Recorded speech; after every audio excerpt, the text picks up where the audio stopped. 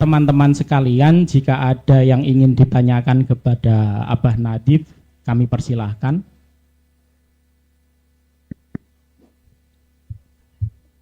Assalamualaikum warahmatullahi wabarakatuh. Waalaikumsalam warahmatullahi wabarakatuh. Terima kasih atas waktunya, Mas Moderator, kepada Abah kita. Jenengan sebagai Abah, saya sebagai anak gitu bah ya. Jadi kalau anaknya kesana kemari itu dicancang. Yang pertama, sebelum nanti kalau setelah ini dijawab, nanti saya ada pertanyaan lagi Abah. Ini tolong saya ya. Yang pertama, keterangan Abah tadi dari awal sampai akhir itu nggak pengen anak-anaknya ini berbeda atau memang kita harus sama gitu loh Bah maksudnya. Ya itu dulu moderator. Langsung saya jawab. Nggih, monggo. Saya terpaksa menceritakan anak-anak saya yang secara biologis ya. Anak saya mulai yang pertama itu ketika lulus dari ibtidaiyah di Tayu. Itu mohon maaf ya, saya tidak kok kemudian mencurhatkan perilaku istri saya terus ya. Istri saya itu sudah panik kalau nanti anak nomor 1 lelaki lagi nggak melanjutkan ke Matoliul Falah. Sudah panik bukan main. Oke? Saya bilang, Sayyidina Umar itu berkata, jangan kau paksakan seperti kamu, karena li'annahum khuliku fi zamanin ghairi zamanina. Itu prinsip saya sejak dulu. Maka saya, meskipun dengan setengah hati, secara nafsu kebapaan sebagai alumni PIM, Pak, ya sudah harga mati anak saya harus ke PIM semua kan begitu. Tapi nggak bisa, saya sadar itu. Maka kemudian saya mencoba berdialog. Saya tanya, nak, habis ibtidaiyah di Tayu ini kemana? Oke? Alhamdulillah di luar dugaan. Anak saya menjawab, wong gitu kok ditanyakan? Ya pasti ke Matolek dong. Alhamdulillah. Paham? Anak yang kedua, begitu setelah ibtidaiyah juga, saya belum bertanya mau kemana. Tapi saya sudah pakai cara-cara instan. Apa? Tawasul mbah mbae mosok ora diundang mbah mbae moro kajen gitu.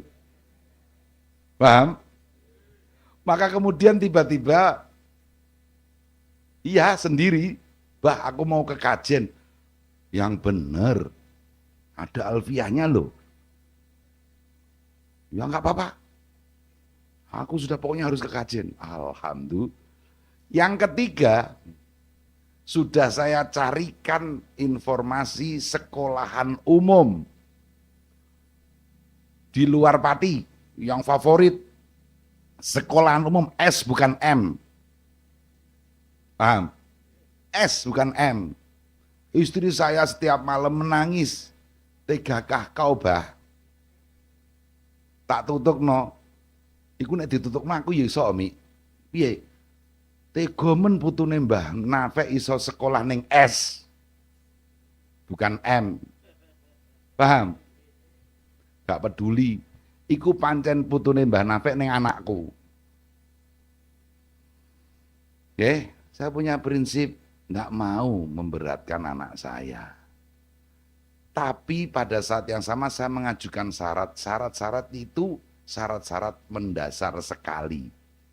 Nduk, kamu boleh sekolah di mana? Hingga pun di negeri kufar, utlubul ilma, walau bisin. Oke, tapi satu, tunjukkan kepada abahmu bahwa untuk masalah sholat 5 waktu kamu tidak perlu lagi diingatkan oleh siapapun. Kedua, kalau mungkin belakangan beredar apa one day one juice, setidaknya one day one page lah baca Al-Quran. Kalau itu sudah terpenuhi, silahkan. Paham? Jadi pada saat saya ingin Anda itu berubah, ingin beda, tapi setidaknya kan ada musalamat tadi loh yang saya katakan. Musalamat itu saya hanya ingin, bukan Anda nggak mau dengan apa yang kita sepakati sebagai musalamat juga tidak masalah sih. Tapi itu sudah naluri saya sebagai orang tua Anda. Iki lo dipenuhi dulu. Selain itu terserahlah, be yourself. Oke? Lah ini musalamatnya aja nggak dipenuhi sama sekali. Sudah ngeritik tahlil, tahlil itu harga mati.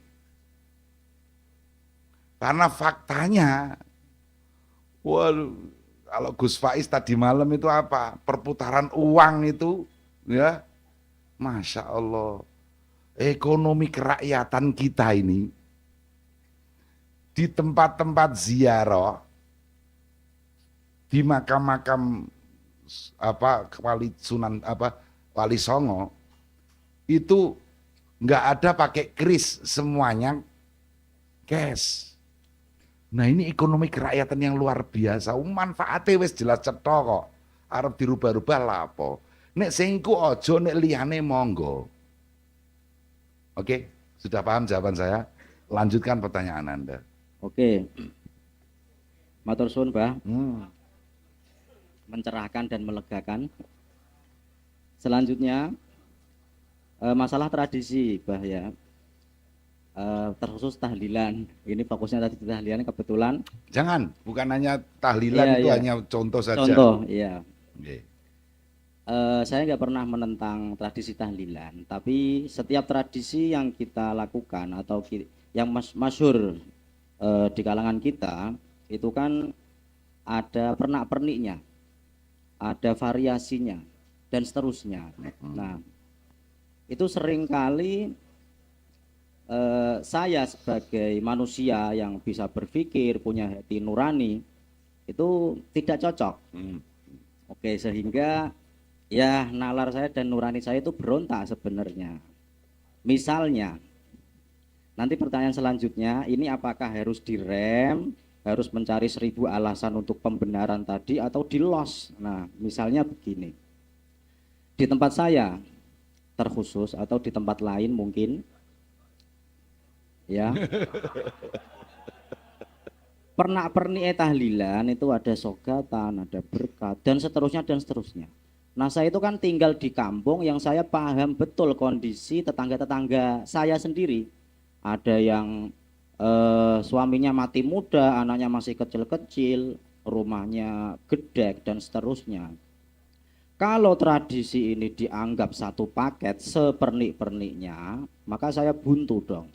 Ini boleh nggak saya merenovasi suatu saat nanti kalau saya cek suatu saat nanti kalau saya sudah punya otoritas untuk gembar-gembor dan wah cocok nih bayang no gitu, apakah saya harus ya boleh, maksudnya memang apa menurut itu memang masih dalam koridor apa sudah harus saya rem dan mencari pembenaran atau nanti ada solusi dari Abah yang tembus gitu loh. Oke. Ya, oke. Ayo yang lain, udah itu aja. Oke. Silakan yang lain atau langsung dijawab. Langsung mawon, Bang. Mas Naji, Anda perlu belajar dengan orang Tayu. Di Tayu itu semenjak saya usia sanawiyah Matoliul Falah, di Tayu itu ada pengajian Sabtunan, dulu hanya 5 atau 6 desa, sekarang berkembang jadi 12 desa. Silahkan setiap hari Sabtu di Tayu, muter 12 desa itu. Dan minimal orangnya 2000-an. 2000 dan selalu on time. Nggak ada di Tayu yang on time ya kecuali itu aja. On time terus, luar biasa itu. Nah, saya mau cerita itu tadi. Saya itu dengar ketika saya masih sanawiyah di Matul Falah, pengajian Sabtunan ini menyepakati tahlil kematian harus malaikatan, la akla wala syurba. Itu keren banget. Saya waktu itu belum tidak terlalu mengapresiasi. Tapi belakangan mulai bisa berpikir, wah ini luar biasa. Memang betul pernak-pernik itu bolehlah direnovasi dalam bahasa Anda. Makanya tadi musalamatnya apa? Yang penting ada zikirnya, kan itu yang musalamatnya, yang sawabitnya. Yang mutaghoyiratnya silahkan. Tapi juga Anda tadi menyadari ketika nanti Anda sudah punya otorita, kalau belum ya akan tertelan gelombang. Mbah Sahal prinsipnya itu ada banjir bandang, jangan diterjang, tapi kanalisasi, bikin kanal-kanal kecil. Begitu. Paham ya? Iya, nggak masalah pernak-pernik itu. Pernak-pernik itu memang menjadi tanggung jawab Anda sebagai liyatafaqahu fid-dini wa liyunziru qaumahum idza raja'u ilaihim. Liyunziru qaumahum. Itu tugas Anda. Harus secara gradual, persuasif, memberi pemahaman kepada masyarakat mana yang sawabit, mana yang mutaghayyirat. Tapi tidak kemudian juga dengan serta-merta menjadi kewajiban untuk merubah semua pernak-pernik. Paham ya? Menurut Anda, kunut subuh itu termasuk sawabit atau mutaghayyirat? Mutaghayyirat. Tapi ada kasus suatu kelompok suku pernah bertikai yang itu digambarkan media sebagai pertikaian sara agama. Dibantu oleh kelompok-kelompok yang punya kepentingan di balik layar, kelompok-kelompok radikal. Kemudian konflik itu dimenangkan oleh kampung setempat yang muslim. Nah, tasyakuran pas subuh-subuh, pimpinan mereka yang menolong itu disuruh ngimami sholat subuh. Ternyata nggak pakai kunut.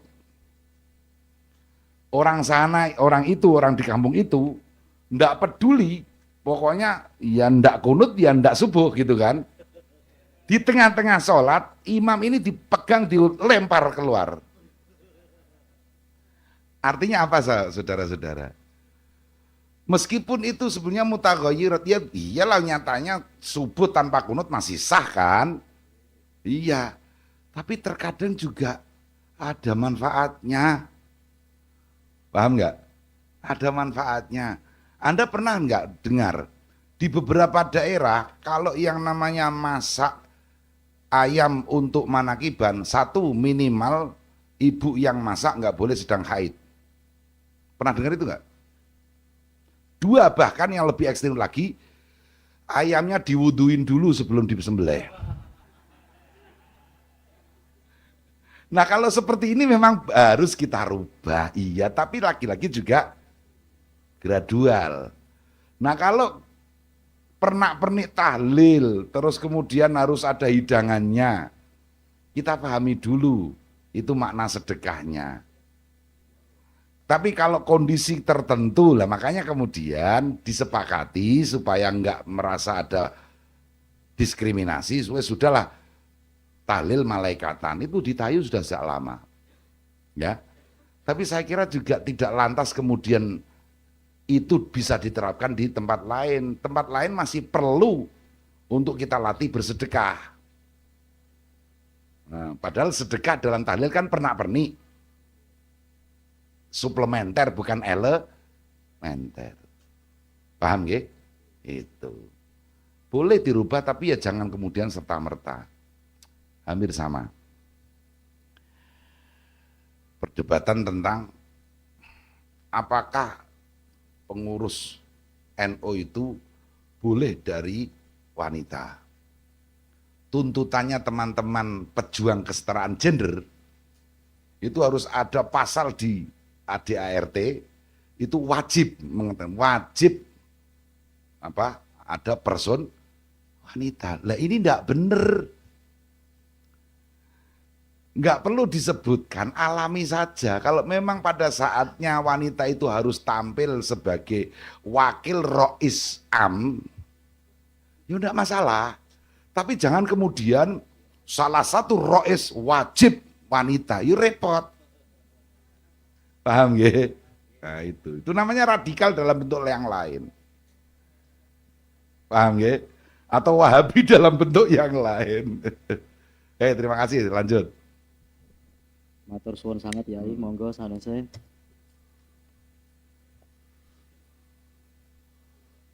Assalamualaikum warahmatullahi wabarakatuh. Waalaikumsalam warahmatullahi. Kula Muhammad Muhsin, nggih alhamdulillah sampun ngabdi teng Madrasah Falah dan ngampu fikih. Mungkin ini gejolak hati. Mengajar fikih itu kan ada yang ibadah mahdoh, ada yang muamalah, ada yang jinayat, ada yang munakahat.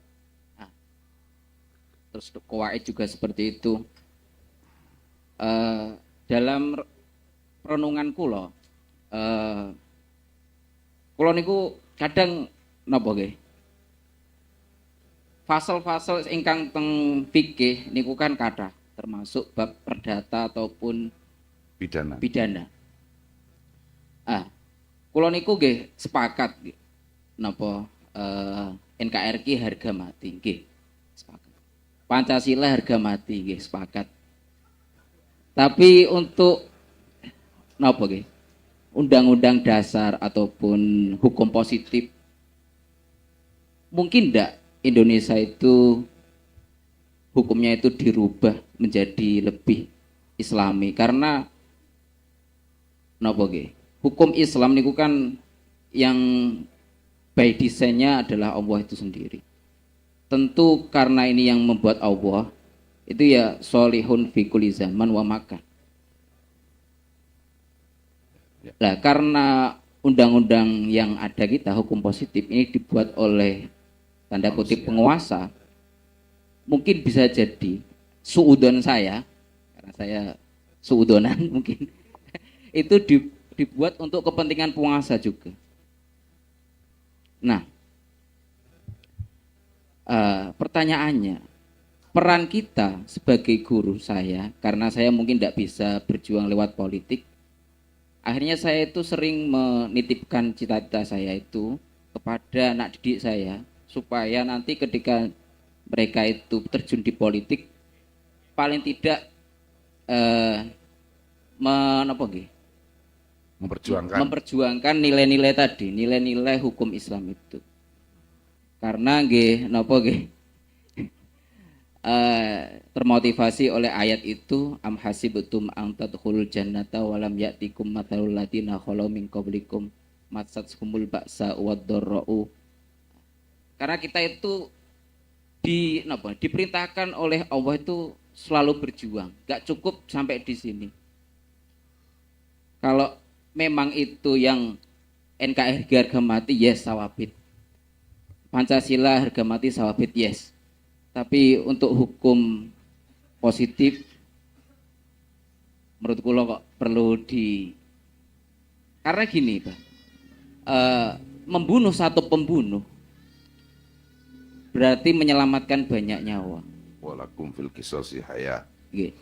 Memotong satu tangan menyelamatkan banyak perut-perut yang lapar. Apakah mungkin itu apa yang kula cita-citakan kelare-lare niki leres nopo mboten? Mungkin nggih cekap. Oke. Langsung dijawab. Nggih, monggo ya. Iku gunane apa moderator gitu? Mas Mohsin, sikap Anda sudah benar.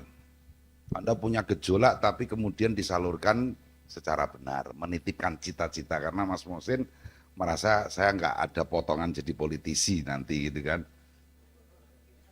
Kalau tadi pertanyaan pertama, ya kemudian cita-cita itu ditujukan pada anak didiknya. Karena sadar nanti ada anak didiknya bisa jadi beragam gitu kan. Tapi kembali pada pertanyaan pertama tadi, mungkinkah kita merubah hukum positif ini supaya lebih islami?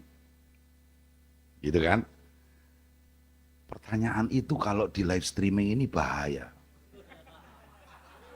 Tapi karena sudah terlanjur live streaming harus dijelaskan. Semoga nggak ada yang motong-motong. Oke? Ya, saya mulai dari kaidah ma la yudraku kulluhu la yutraku kulluhu. Sesuatu yang tidak bisa didapatkan semuanya, jangan lantas ditinggalkan semuanya. Ini kaidah yang luar biasa dan bisa diterapkan dalam kehidupan berbangsa dan bernegara kita. Kalau pakai literatur kuno, bentuk negara hanya ada dua, Daulatul Islam dan Daulatul Kufr. Tapi Mbah Maimun dengan indahnya menyatakan bahwa kita ini Daulatul Muahadah, negara kesepakatan. Atau Daulatus Salam, tidak harus Islam tapi salam. Salam pun sebenarnya makna salah satu nilai utama dari Islam, kan begitu. Juga jangan lupa bahwa NKRI harga mati, Pancasila, UUD 45 itu juga harga mati, itu dalam kehidupan bernegara, berbangsa dan bernegara. Ini harus ditegaskan supaya tidak dinyinyiri oleh mantan-mantan almarhum HTI. Yang hanya almarhum organisasinya saja, tapi orang-orangnya masih ada, pemikirannya masih tersebar luas di media sosial. Karena mereka nyinyir kepada kita. Dulu teman kami, Mas Nusron Wahid, nyinyirnya tragis banget. Nanti kalau si Nusron mati kita bacakan ayat-ayat konstitusi saja. Jangan Yasin katanya begitu. Nah yang nyinyir begitu itu berarti tidak paham. Harga mati dalam hal kehidupan bernegara dan berbangsa. Sedangkan kehidupan individu ya Islam harga mati. Bahkan tidak hanya harga mati, harga hidup dan mati. Itu Islam. NKRI harga mati jangan dipahami kemudian hanya NKRI saja tidak memperjuangkan Islam. Nah kemudian langsung meloncat pada mungkinkah dan bolehkah, boleh dan mungkin kita lebih islamikan hukum-hukum positif yang ada. Tapi sebelum ke sana, tadi saya katakan dengan kaidah malayudroku tadi, itu artinya jangan lantas kemudian dulu almarhum HTI punya narasi wa man lam yahkum bima anzalallahu faulaika humul kafirun. UUD 45 dan Pancasila bukan ma anzalallah, katanya begitu. Ya, sonahul. Karena membandingkan antara hukum positif dengan hukum syariat itu not apple to apple. Masa sampean bertanya, Fortuner dengan Nmax lebih keren mana? Ya enggak bisa. Nmax ya sama dengan yang satunya lagi apa gitu kan? PJX kan begitu. Fortuner nanti sama Pajero kan begitu. Nah, itu namanya not apple to apple. Nah orang almarhum HTI itu kadang saya juga pertama kali nggak setuju ketika Abu ya Kiai Said Agil bilang berjenggot itu goblok. Nyatanya ini goblok tenan. Maksudnya apa? Ini kita tidak sedang membanding-bandingkan, apalagi menghadap-hadapkan antara hukum positif dengan hukum Al-Quran dan hadis. Masing-masing ada jalurnya sendiri-sendiri. Kalau kita sebagai warga muslim, ingat kita ini warga negara Indonesia yang kebetulan beragama Islam. Jangan sebaliknya. Sebagai muslim yang kebetulan bernegara, berbangsa Indonesia itu nanti kita seperti anak kos. Kalau genteng pecah ndak urusan. Oke? Negara kita memang NKRI itu harga mati. Mengapa? Karena ini sudah perjuangan final leluhur kita untuk menciptakan negara yang daulatul muahadah, daulatus salam, perdamaian. Tidak kemudian sekuler memisahkan agama dengan negara, tidak. Karena agama selalu hadir dalam negara. Kita punya menteri agama. Itu keren banget. Di Saudi aja nggak ada menteri agama. Nggak ada. Di Mesir juga nggak ada. Mesir malah menteri wakaf. Menteri urusan agama itu hanya di kita. Itu keren banget. Nah, Mbah Maimun kemudian pakai logika sederhana. Kalau dengan kondisi hukum positif seperti ini, negeri kita dianggap tidak sah menurut syariat, wah itu bahaya. Apalagi kemudian mendelegitimasi presiden. Presiden dianggap tidak sah. Sampai buntutnya masalah ijazah palsu atau tidak itu. Itu orang-orang jarem 5 tahunan tapi masih saja. Oke. Maunya mendelegitimasi kepemimpinan nasional. Kalau kemudian kepemimpinan nasional delegitimated, repot. Kalau dianggap presiden tidak sah, menteri tidak sah. Menteri tidak sah diantaranya ada menteri agama. Menteri agama tidak sah, maka KUA tidak sah. KUA tidak sah, maka bapakmu nikahnya nggak sah. Kalau bapakmu nikahnya nggak sah, kamu anak zina. Paham? Ini hanya orang-orang sekali Mbah Maimun yang bisa menjelaskan semudah itu. Saya kan hanya anut saja gitu loh. Jangan dianggap negeri kita ini meskipun belum islami, teorinya pakai itu tadi, minimalis. Pakai teori sholat. Sholatnya orang yang pakai isyarah mata, itu kalau di persentase berapa? 0, ya enggak? Pertanyaannya, orang yang hanya bisa sholat hanya dengan isyarah mata, apakah wajib qadha dan i'adah? Tidak, sudah sah. Kita klasifikasi, kita hitung pasal per pasal hukum-hukum positif kita. Kira-kira sudah berapa persen yang islami? Saya yakin sudah puluhan persen deh. Undang-undang pernikahan jelas sudah syar'i. Undang-undang wakaf sudah ada. Oke?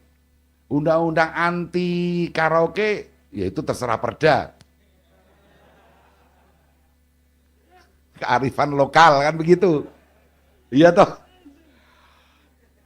Dan peraturan pemerintah tentang sonhorek, nah itu juga itu kearifan lokal. Nah tapi dari kalau kita total semuanya kira-kira sudah berapa persen? Pasti puluhan persen. Berarti sudah lebih dari 0, sekian persen. Ujungnya apakah negara kita tetap sah dalam konteks keislaman? Tetap sah. Tinggal kemudian adalah bagaimana kita memperjuangkan supaya nilai-nilai keislaman itu selalu masuk, dan kalau perlu kita bisa merubah perda-perda yang ada. Dimulai tidak jauh-jauh, karena kalau di perda itu nanti yang paling rendah adalah kabupaten. Kabupaten itu berarti anggota dewan. Anggota dewan itu berarti partai politik, kan begitu. Kita mulai dari perdes. Peraturan desa diputuskan antara kepala desa dan BPD. Kalau misalnya di desa tertentu ada perdes wajib sholat jamaah bagi perangkat desa, itu bisa. Kalau sudah ditandatangani kesepakatan bersama, maka perangkat desa yang tidak sholat jamaah, maka misalnya harus setor beras 5 kilo 1 kali jamaah gitu kan. Kok nggak mau, polisi bisa dipanggil karena ada legalitas. Kita mulai dari perdes wajib sholat jamaah saja deh. Halo Mas perangkat Margoso. Ya itu, kapan-kapan Saya dipanggil ceramah di khusus perangkat desa. Saya berapa kali ceramah di Margoso tapi lupa bilang itu. Saya sedang mengompori perangkat-perangkat desa. Bisa itu. Coba bayangkan. Dan kemarin tuh di sebuah daerah itu sampai, Gus kapan-kapan ngaji lagi di sini. Ya terserah nanti apa kosong atau tidak, kayak saya kan begitu. Tapi mereka semangat sekali. Nggih, itu perdes apa tentang kewajiban jamaah bagi apa perangkat desa, ketua RT, ketua RW dan BPD-nya gitu. Bisa itu dan legal dan konstitusional. Nah, kalau sudah desa-desa ini ada perdes wajib jamaah, ya nanti mudah menjadi perda, meningkat perda. Perda kabupaten menjadi perda provinsi, tidak mustahil. Di Kabupaten Morowali di Provinsi Sulawesi itu ada perda wajib sholat jamaah bagi ASN. Dan sekarang Kabupaten Morowali kaya. Fatahna alaihim abwaabas sama. Fatahna alaihim abwaabas sama. Nah, begitu. Sedikit mengambil strategi Ikhwanul Muslimin, ibda binafsika. Mulailah dengan dirimu sendiri, keluargamu, tetanggamu. Lah iya, ngajak jamaah anak sendiri aja susah. Anak sendiri itu loh padahal. Kadang juga istri sendiri susah. Bahkan diri sendiri. Enggak, kalau saya sudah mudah karena terpaksa. Dan tidak ada yang imami begitu, paham kan? Dan itu saya syukuri pertama kali, waduh empot-empotan betul. Bayangkan sampai rumah jam 2 malam, setiap malam subuh harus bangun ngimami. Tapi saya bersyukur, alhamdulillah, aku ijono sing ngimami itu. Zaman abah saya itu masih ada, kadang malah takon makili ya. Ini kurang ajarnya saya sama abah itu. Dan sekarang abah nggak ada, ya sudah, hanya saya saja. Nikmat yang luar biasa bisa jamaah subuh. Padahal beratnya, bayangkan jam 2 baru tidur. Dan itu hampir setiap malam begitu. Paham ya? Nah itu dimulai dari perdes. Saya kira bisa itu. Pakai siasat mau setung, kepung kota. Hah? Kabupaten kita kepung dengan perdes-perdes yang menguntungkan umat Islam. Yang tidak mencerminkan radikal, tapi mencerminkan tamasuk. Saya kira sangat mungkin. Jangan nunggu teman-teman dewan, karena kursi itu empuk. Halo, kursi itu empuk. Dulu punya idealisme, tapi diplomasi lobby-lobby. Di belakang meja, di belakang layar itu yang repot. Jangan gitulah bang, kita belum balik modal ini. Gitu. Kalau udah begitu, aduh, repot. Udah gak usah itu. Kita mulai dari desa kita sendiri-sendiri. Saya yakin bisa. Itu. Nggih. Yang lain silahkan. Nggih, kalau masih ada teman-teman yang ingin bertanya, kami persilahkan. Assalamualaikum warahmatullahi wabarakatuh. Waalaikumsalam. Nama saya Muhammad Najul Amali. Saya tadi masih belum memahami arti kiai yang tadi, bagaimana mungkin seseorang yang kita kagumi itu salah kita bela. Sedangkan tadi disuruh husnudon dengan 70 alasan. Jika kesalahan di depan mata kita bela dan mencari alasan untuk dibela, bagaimana mungkin hal itu bisa kita sadari. Seperti halnya saya lihat-lihat di berita itu PBNU korupsi dana haji. Saya masih berpikiran husnudon, mungkin ada dana yang keliru atau yang lain. Salah info.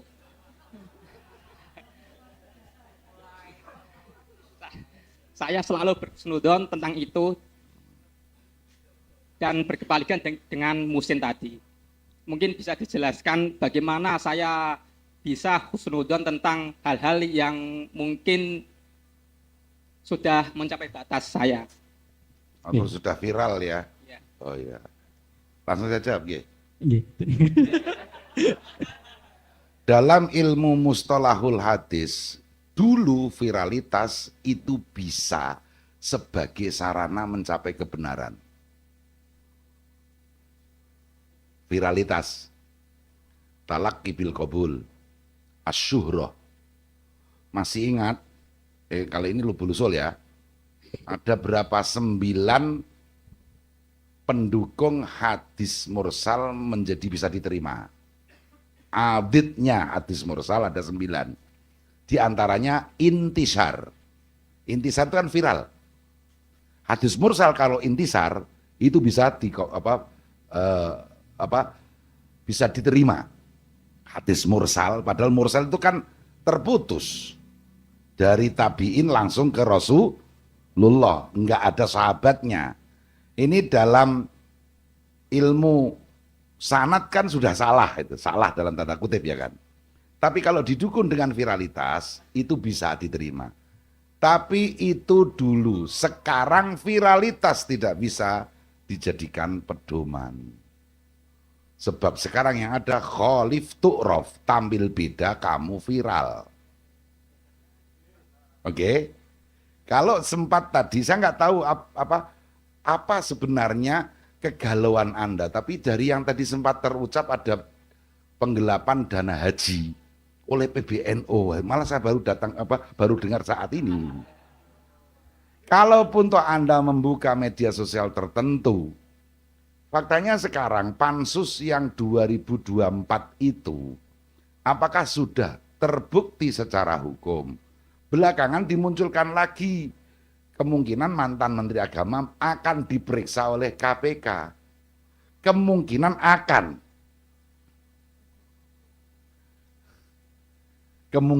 akan.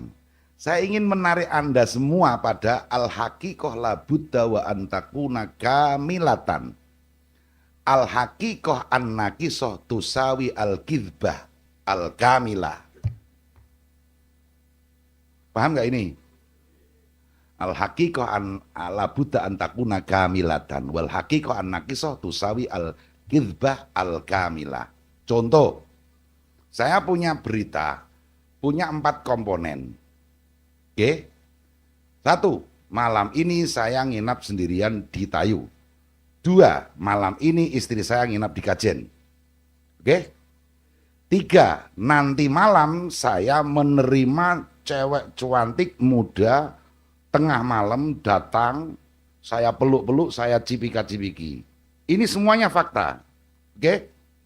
Tapi fakta yang keempat, bahwa dia adalah kemenakan saya yang kerja di luar negeri 30 tahun baru pulang, ini tidak saya beritakan. Ajur tahu ragu. Padahal sudah 75%. Kalau pakai teori matematika kan pembulatan. 75% itu tidak sedikit, saudara. Oke? Sekedar dikurangi 1 mata berita saja, 4 komponen 1 saja dikurangi, habis saya. Dan itu yang sekarang terjadi. Apalagi masih kemungkinan akan diperiksa KPK. Nah, hatta dzalikal hin, hingga kemudian diputuskan oleh pengadilan bahwa yang bersangkutan itu bersalah, maka asasnya adalah praduga tak bersalah, husnudzon. Paham nggak? Anda jangan kemudian sudah menjudgment bahwa ayo wong NU aja korupsi kok, gitu kan? Saya mau kemarin lagi di WA grup orang-orang keren. Iya ya, apa pesantren sekarang, apa NU itu sekarang begini, apalagi kasus-kasus pelecehan seksual di pesantren. Semakin marak, Ustadz ini Masya Allah menghabisi santriwatinya. Angkanya tinggi, nomor 2 setelah kejadian yang di kampus. Katanya begitu. Ini ada apa, saudara? Saya ya ketawa-ketawa saja. Semuanya masih berupa berita kok, ribut banget, kenapa? Tapi kembali kepada tadi, selama itu belum diputuskan oleh pihak yang berwenang, dalam hal ini pengadilan, maka tetap kita wajib husnudzon. Oke. Apalagi dalam bahasa hukum asas praduga tak bersalah. Tadi saya mau ngomong apa ya ketika, oh iya, jadi kita juga pusing, lagi pusing. Iya kok begini ya NU ini ya, lagi begini ya, lagi begini ya. Ya memang betul, kita sendiri juga semakin merosot. Sekarang ini jujur saja, Gus mana yang bisa seperti abahnya masing-masing?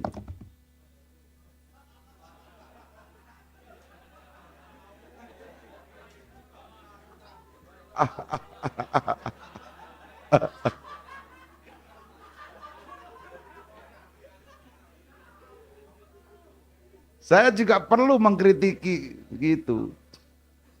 Kalau tadi yang sempat saya sudah terlanjur bilang tentang dawer di mana para habaib minta-minta uang, oke.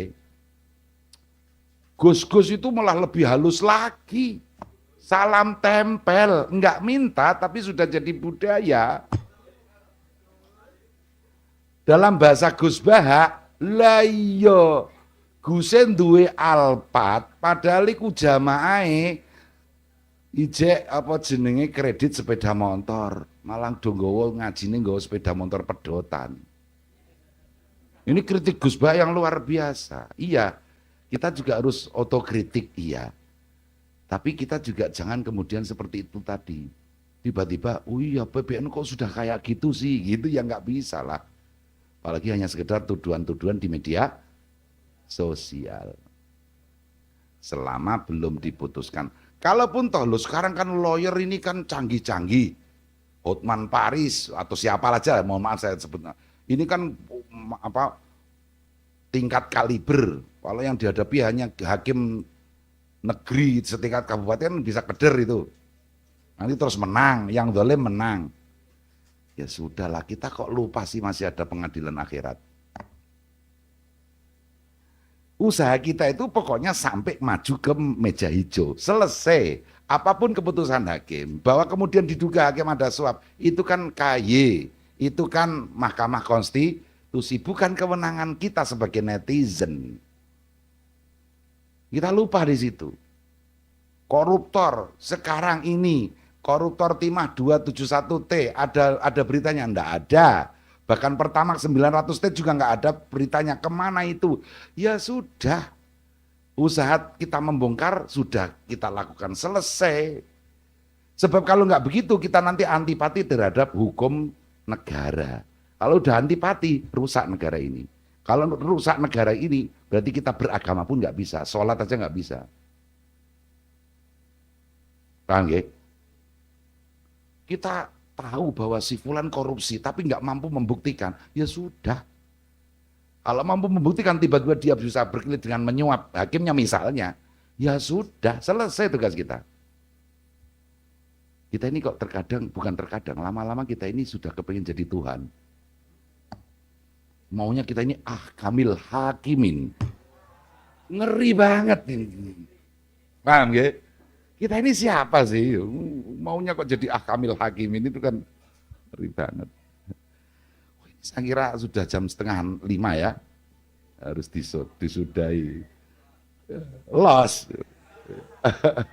Oke, satu kali penyalahan. Ya. Mas Mirza. Masih ada lagi?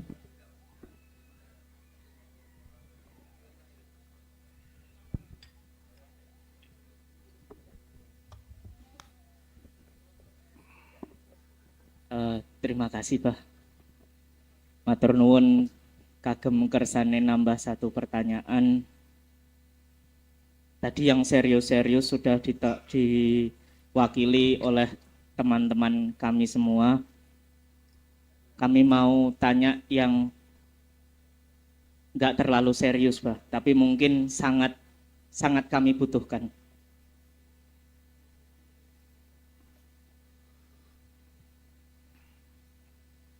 Abah kan menangi 3 generasi, menangi Mbah Yai Nafek dan bahkan dados menantu, menangi Mbah Yai Sahal dan bahkan murid dekat, menangi Mbah Dolah Salam tentu saja sebagai cucu mantu.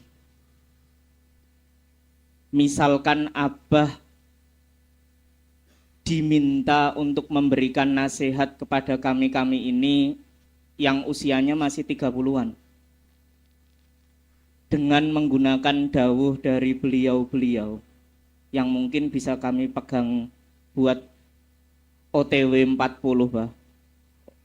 Ini kan kami rata-rata berada di usia 30-an, 30 kurang dikit, 30 lebih sedikit.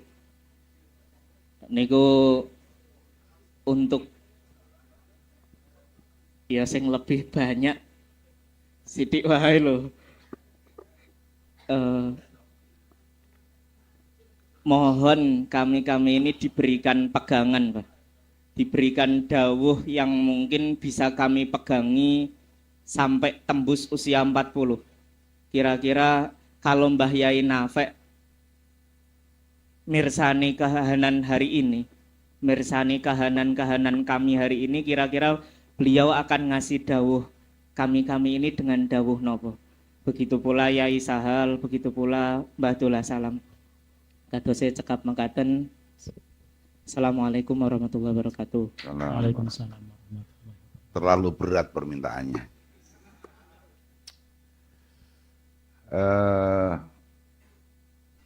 Di pengajian terakhir Mbah Dullah Salam yang mungkin sudah pernah viral di Masjid Kajen malam Selasa itu adalah zamane iki zaman edan, nek ora melu edan ora keduman.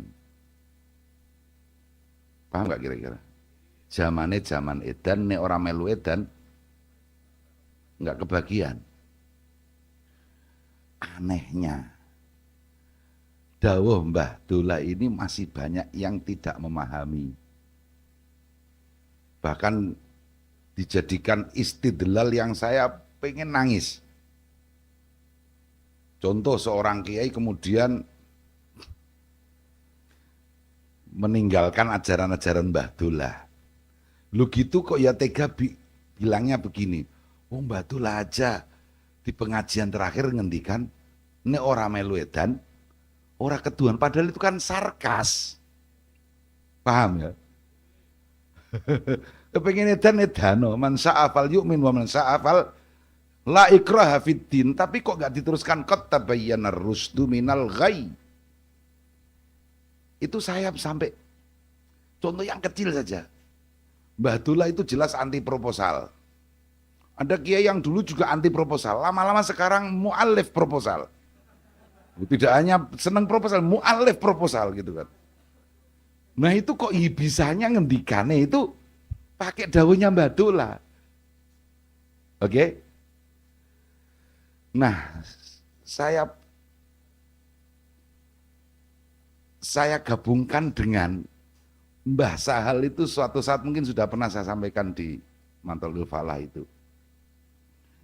Mbah Sahal itu entah kenapa suatu saat ngendikan pidato di umum itu, kita ini sudah sangat sendirian. Kayaknya doa kita ini kok yang layak kita panjatkan kok seperti doanya orang yang mati di kuburan. Allahumma anis wahdatana. Ya Allah temani kesendirianku. Kita ini kalau mau memegang nilai-nilai kematulian memang sudah menjadi sangat sendiri, saudara-saudara. Sendiri banget. Tapi apakah kita yang mau nyoba-nyoba nilai-nilai lain? Saya kembalikan ke garis-garis keilmuan saja. Orang masih tidak banyak memahami kaidah al-muhafadzatu 'alal qadimis shalih wal akhdhu bil jadidil aslah. Ini Mas Najih saya rekomendasikan untuk mengkajinya secara mendalam. Tapi saya kasih kisi-kisi. Al-muhafadzatu 'alal qadimis shalih. Merawat tradisi yang lama yang masih relevan. Kemudian mengambil yang baru yang lebih relevan. Pertanyaannya, kalau suatu saat kita dihadapkan pada dua pilihan antara lama dan baru, dan sama-sama relevannya, kita pilih mana? Kecenderungannya baru. Dan itu salah besar. Karena yang lama masih relevan. Untuk apa mengambil yang baru meskipun relevan tapi track recordnya belum punya. Lagian kalau diangan-angan, tapi mungkin ini terlalu fatalistik. Cuman begini deh, yang jadid, yang aslah itu kira-kira yang secara signifikan itu kok saya jarang sekali menemui atau mungkin saya belum menemui sama sekali. Paling-paling yang jadid, yang aslah itu hanya hal-hal yang bersifat suplementer. Yang elementer kayaknya ndak ada deh. Yang elementer, yang baku, yang baru, dan itu punya daya relevansi yang lebih daripada yang lama. Kayaknya saya kok belum pernah melihat. Paham nggih? Kembali kepada dawuh-dawuh Mbah Dola, Mbah Sahal tadi. Jadi, atau saya tambahi dengan dawuhnya Syekh Mutawalli Sya'rawi. Ketika perdebatan masalah bunga bank itu bagaimana sih? Itu kan nggak selesai-selesai. PBNU aja putusnya 3. Ada yang bilang haram silahkan, ada yang bilang halal silahkan, ada yang bilang subhat silahkan. Masing-masing kita sepakat untuk tidak sependapat, kan begitu? Ya kan? Putusannya begitu. Makanya sampean ngambil kredit bank, meskipun saya tetap nggak mau, kecuali kalau kepepet gitu ya. Tapi bukan kemudian menjadi profesi gitu kan gitu. Apalagi sampean punya bank, saya nggak bisa layung karu al mukhtalaf fih. Tidak boleh diingkari, tidak boleh dinyinyiri sesuatu yang masih mukhtalaf, bukan mujma. Oke? Tapi Syekh Mutawalli Sya'rawi itu keren banget. Tapi waktu itu ya kurang gaungnya, gereknya kurang dirasa. Apa? Kalaupun toh kita ini tidak ambil kredit bank, apakah besok langsung mati? Halo, tolong dijawab. Enggak kan? Paham ya? Tapi kita pengembangan pondok supaya menarik santri dan supaya santri itu kita arahkan untuk mendalami.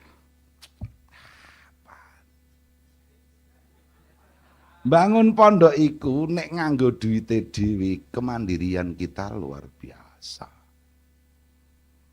Mengapa Mbah Nafek terlihat sangat gembira ketika Pak Jokowi tidak jadi berkunjung ke Matlul Falah? Sederhana sekali. Karena waktu itu kita sedang mempersiapkan pembangunan gedung Banat. Kalau tiba-tiba Pak Jokowi jadi datang dan gedung Banat semegah itu, orang kan akan nyinyir, tinggalane Jokowi. Paham nggak? Nggak perlu yang rentan-rentan, yang lincip-lincip, nggak perlu, yang begitu aja. Memahaminya sederhana. Makanya Mbah Nafek, alhamdulillah Pak Jokowi ora mrene iku delok kasih kungko kita mulai membangun sampai lantai 5, orang bilang tinggalannya Jokowi. Habislah kita nggak punya harga. Oke. Paham nggih? Kalau begini kan lho Jokowi ora teko matolek kuat bangun semono, kan begitu. Jadi mari tidak edan. Itu saja. Mari jaga kewarasan.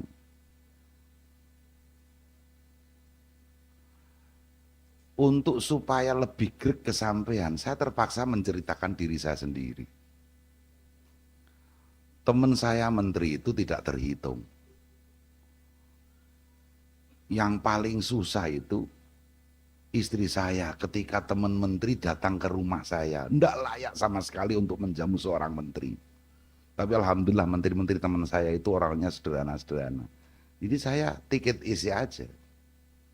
Yo lesehan dengan karpet sekualitas ini sama saja. Oke? Begitu itu ketika saya sering ke Jakarta itu yo ada yang nyinyiri. Melu-melu ngurusi ansor, dapat berapa kamu, Div? Dari Sabang sampai Merauke saya itu tugasnya, tapi dapat berapa? Coba kalau saya imannya nggak kuat kan yo, iya yo. nyari jadi komisaris ini itu dah. Paham?